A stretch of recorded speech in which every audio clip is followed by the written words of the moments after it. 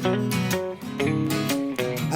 and welcome to Gary's Corner once more for boat update number 5. And for those that are new to the channel, basically I've built myself a Colvik Seaworker 20,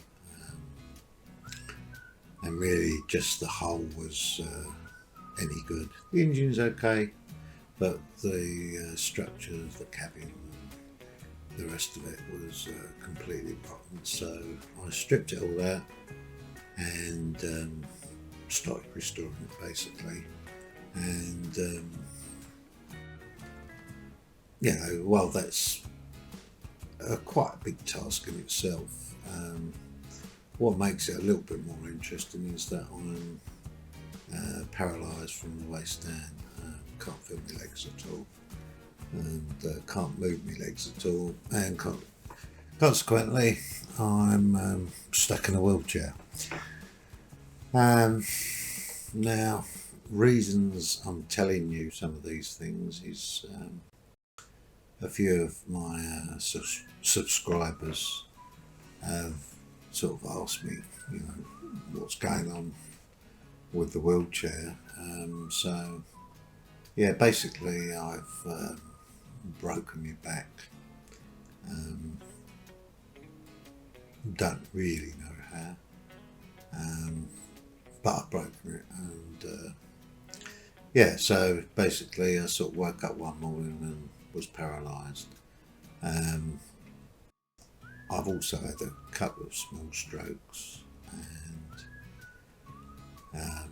I suffer from diabetes and osteoporosis, and also fibromyalgia, which I've had for about 25 years now, I think. So it can be a struggle. It's everything's twice as hard, or sometimes even more, 3 times as hard. When you've got all my ailments, but I wanted to sort of set myself a challenge to see if I could do it. Obviously I've got a little bit of help here and there, but the majority of it I am doing myself, and I'm enjoying it, but it's pretty tough. I mean, my day basically consists of obviously getting up. I live on my own, so I get up, make myself a cup of tea, have a bit of breakfast, take my cocktail pills every morning, and then I jump onto my mobility scooter, which I'll put a photo up here, and most mobility scooters only do sort of 8 miles an hour, but this one's been tweaked a little, should we say, and it does about 25 miles an hour, so I get about on it quite well. But basically I leave my house, and it's roughly a 20-minute journey to where the boat is. Most of it's by roadway and paths and whatever, and the last bit I have to go down sort of the side of the canal and the side of a big nature reserve. It's like a big fishing lake, and the last couple of months have been quite eventful, should we say.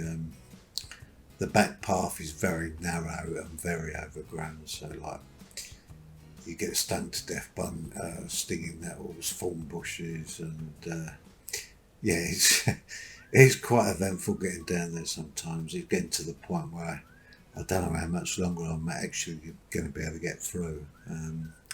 My poor little mobility scooter has to go through mud, water, and you name it, and it's like going motocrossing again. But anyhow, I do it, and that leads me to the back of where I keep my boat, and there's a little bridge over to it, which I have to go up a sort of wooden slope that my brother-in-law kindly built me. up to the bridge, and then the scooter just about fits across the bridge, and I managed to get across, and then I'm into the boatyard, and that's where I do my work. And I think I showed in the last episode the plank I shimmy up on. And a couple of weeks ago we had a little bit of an escapade, or I should say I had a little bit of an escapade, and basically fell off the top of the scaffolding, or off the top of the plank, and gave me quite a large smack on the way down, and ended up in hospital, in the resus department with what is suspected as being a bleed on the brain. But as the old saying goes, no sense, no feeling, and after a few days I was back out, still feeling a little bit groggy, and but yeah, I managed to get sort of over the boat after a couple of days, and I started to feel a little bit better, should we say. So yeah, though life's tough, life is good, and there's always someone worse off for yourself, and I think myself lucky, really. So no complaints. Anyway, back to the boat. Done reasonably well. It's funny when you're working on a boat, it never really, because you're going there every day, and I only manage, though I go every day, I only manage probably 3 or 4 hours actual work, and then I'm too exhausted. I'll normally sort of get there at 9, and I'll work till about 1, 2 o'clock latest. If I work till 2, generally what happens is I'll come home, I'll fall asleep for a couple of hours, and then I'll feel like death warmed up the rest of the sort of afternoon, come evening, and then back to bed, and I'll go and do it all again. So yeah, slightly crazy, but there you go. But anyhow, yeah, I suppose I've got on quite well. The last one we left, where basically I had just finished sort of the basic construction of the back cupboard. Now the back cupboard houses the fuel tank, and we've put a sender unit in that, and we've also connected a new fuel pipe, and the 2 cupboards either side of that one are going to be for the batteries. We're going to have 4 batteries, and basically we're going to have 2 batteries, one feeding the engine and one feeding the instrumentation of the boat, and the other 2 batteries will be wired together to give 24 volts, which will then power my wheelchair motor that I'm hoping to use as a winch. So fingers crossed on that one, because I can't afford to buy a new one. So yeah, we'll have to get that one working. But basically what we've done there is where the rudder cable will fit. We're going to be fitting the rudder this weekend actually, so that'll be an interesting project. But where the rudder fits, there's a bar that comes sort of inside where the steering cable connects to, and that sort of sits above the cupboard. So I thought that was a little bit unsightly. I didn't really want to see that. So I decided I'd box it in. Now that's okay, boxing it in, and that's fine. It all looks nice and dandy. But there are going to be times when you need to access it. So I needed, to be able to still get to the cable, which made construction a little bit more difficult. But what I've decided to do, I haven't done it yet because I'm waiting for the bits to come, but I've going to put 2 4-inch inspection screw bolts into the top of it, and basically then if anything goes wrong I can just unscrew them 2. I can adjust it from one, or I can take the cable off and dismantle it, and if I had to renew the cable or anything I could. So that's that bit sort of almost done, but I can't.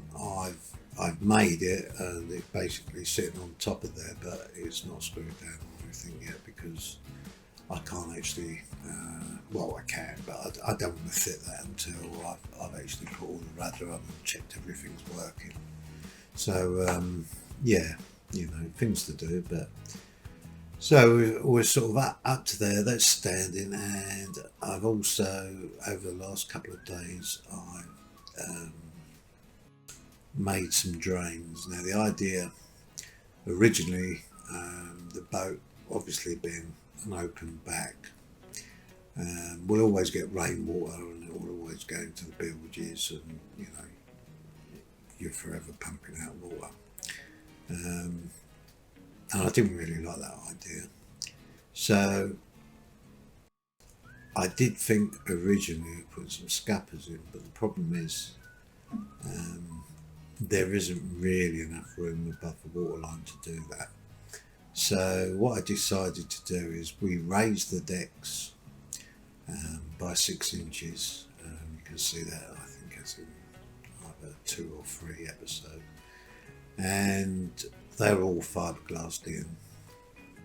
And then what I've done is I've built 2 drains basically into the back of the boat, of which when the deck's put on will sit nice and tight and flush with that deck. And then what I'm going to do is I'm going to cut out the positions of them, and I've got some nice grills to go into the decks flush. I'll rebate them in and bolt them in, and they'll remain flush. And in them sumps will be 2 bilge pumps with automatic float switches. And then when we do eventually put the deck on, we'll totally fiberglass that deck in and make it watertight. And the idea being is that the deck will slightly slope towards that drain, and any rainwater or, you know, seawater or whatever, hopefully not too much seawater, will just automatically drain into that. The bilge pumps will switch on, and then it'll pump it straight out the back, and end of problem. And so that's what I've been really working on at the minute. Once I've done that, then I've got to run some battery cables down from where the batteries are going to connect to the engine, and leave that ready to connect to the engine once we put the engine back in. And also I've got to run the sender unit cable down towards the cabin, and also what else was it? Oh yeah, got to run the supply feed down to the main cabin. Well, I hope that wasn't too tedious for you, but that's where we're at, and hope you got some sort of useful information from that. And don't forget, if you're not subscribed yet, do us a favour and subscribe, and if you liked the video, then give it a like, and I'll see you next time, and take care and stay safe. Bye now.